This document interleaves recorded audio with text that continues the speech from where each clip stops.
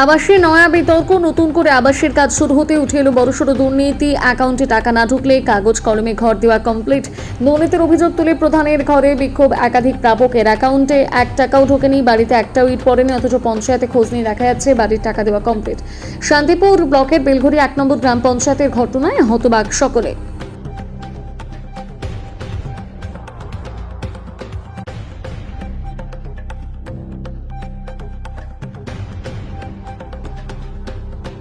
থেকে নিচ পর্যন্ত এই বিষয়ে তো আমি ঠিক বলতে পারবো না, তবে আমি ব্লকে গিয়ে জেনে আসবো যে কোথা থেকে কি হয়েছে, তারপর আমি এদেরকে জানিয়ে দেবো। প্রথমত আগে ব্লকে যাই, তারপর দেখি ওনারা কি বলেন, সেই মতো আমি কাজ করবো। এই একাধিক লিস্টে মানে এ তো একজনের না, এত গরমিল। আপনারা জানতেন, আপনি তো প্রধান, আপনারও তো একটা দায়িত্ব থাকে না? হ্যাঁ, সে প্রধান, আমার দায়িত্ব থাকে, সেটাও আমি মানি, কিন্তু সার্ভে তো আমি করতে যাইনি, গেছে আমার স্টাফেরা। সার্ভে যে করে থাকুক, আপনার কাছে সেই রিপোর্ট আছে, তালিকা আছে, আপনার কাছেই তো আসবে। হ্যাঁ, সেটা আসবে আমার কাছে, কিন্তু আমি তো ওদের সঠিকভাবেই পাঠিয়েছি। একই এলাকা, বিশেষ করে এলাকায় সেটা যতদূর তারা জানাচ্ছেন যে উপপ্রধানের সঙ্গে যুক্ত থাকতে পারে। উপপ্রধানের সাথে কি আছে আমি বলতে পারবো না, উপপ্রধানেরটা উপপ্রধানই বলতে পারবে, এটা আমার বলার কথা না, আমারটা আমি বলতে পারি। কিন্তু এই যে এত মানুষ আজকে হয়রানি হচ্ছে, তারা বলছেন আর ঘর পাবেন না, অর্থাৎ ঘর নাকি তাদের হয়ে গেছে, কিন্তু তাদের জীবনে তাদের বাড়িতে একটা ইট পর্যন্ত পড়েনি। সেটা তো আমি জানতাম না, এই তো জানলাম। এখন আমি ব্লকে লোক পাঠাই কিংবা নিজেই যাই, গিয়ে খোঁজটা নেব, তারপরে এদের আমি জানিয়ে দিচ্ছি। এদের কি কোনো সুরাহা হতে পারে? এখন বা চেষ্টা করবেন এই বিষয়ে? চেষ্টা করব, ব্লকে যাব, আগে জানি, আগে তারপর তো বলতে পারবো। আপনার নাম পরিচয়? নাম বাসন্তী বসা, বেলঘড়ি ওয়ানের প্রধান। হ্যাঁ, 3-4 বছর আগে আমি ঘরে অ্যাপ্লাই করি আর কি মেম্বারের কাছে, তখন ছবি টবি হয়, ইনকোয়ারি হয়, তো বললো হবে তোমারটা। তারপরে আমি আজ হবে, কিন্তু যখন টাকা ঢুকাই তখন আমার সঙ্গে যোগাযোগ হয় না। আমি জিজ্ঞেস করি আমারটা কী হবে, বলে তোমারটা হবে। কে বললো এই কথাটা? মেম্বার কে? প্রশান্ত হালদার। আচ্ছা, ইদানিং দেখলাম যে যেহেতু আমার উপরে টিন আছে, তারা বলছে যে হবে তোমার ঘর। আমি আবার অ্যাপ্লাই করলাম পঞ্চায়েতে, তো তখন ওরা আধার কার্ডটা মেটে বললো যে তোমার তো ঘর পাওয়া হয়ে গেছে, হবে না। কেন, আমি তো পাইনি ঘর, তোমার টাকাও ঢোকেনি, ব্যাংকেও দেখলাম চেক করে, না টাকা ঢোকেনি আমার।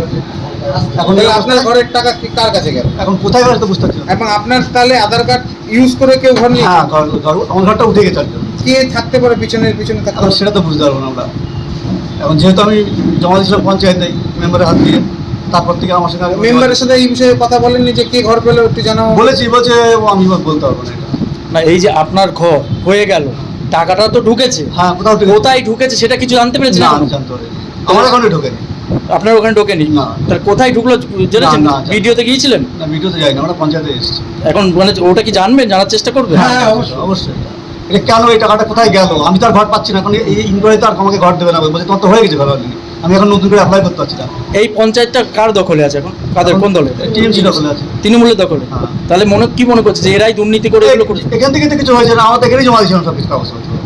এখন আমার ঘর তো আর হবে না, এখন বলছে আমার ইনকোয়ারি করতে বলছে তোমার হবে না। তাহলে এখন কি করবেন? এখন সেটা একটা সুরাহা চাই, আমরা ভিডিওকে ভাবছি বলবো যে যাতে করে আমাদের ঘরটা আমার হয়। আমরা তো পাইনি, ইনকোয়ারি করে দেখো আমাদের বাড়ি থেকে যে আমরা কিছুই পাইনি। কি নাম আপনার? গোবিন্দ কর্মকার। বলছেন প্রধানকে ঘিরে বিক্ষোভ দেখিয়েছে, কি বলছেন যে সব টাকা এরা ভাগ বাটোয়ারা করে খেয়েছে। না, বিষয়টা হচ্ছে বিক্ষোভ নয় ঠিক, তারা জানতে এসেছিলেন পঞ্চায়েতে যে কিছু জায়গায় দেখা যাচ্ছে যে এই আবাস যোজনার টাকা পাননি, অথচ তার নামে ঘর অ্যালট হয়ে গেছে এবং সেই টাকা কোথায় গেছে কে জানে। ওখানে একটা চিটিংবাজ 420 আছে, তাপস ঘোষ। এবং ও কী করেছে, ওকে খালি বিডিও অফিসে ঘুরঘুর করতো, কী করেছে আমরা বলতে পারবো না। বিডিও অফিসে ওনাদের কোন দায়িত্বে আছে এই পঞ্চায়েত? তৃণমূল কংগ্রেসের উপপ্রধান এই পঞ্চায়েত। ফলে হচ্ছে ওটা কিছু করতে পারে। দেখি আগে কি বিষয় আছে। এর আগেই তো আমি ভিডিও সন্দীপ ঘোষের নামে অভিযোগ করে রেখেছি যে ব্যাপক দুর্নীতি। আর এই তাপস তার হচ্ছে একদম বেলঘড়িয়া ওয়ানের ভিডিও সন্দীপ ঘোষ, চোর সন্দীপ ঘোষের হচ্ছে 1 নম্বর মানে কি বলবো ডান হাত ছিল, বেলঘড়িয়া ওয়ানের ডান হাত।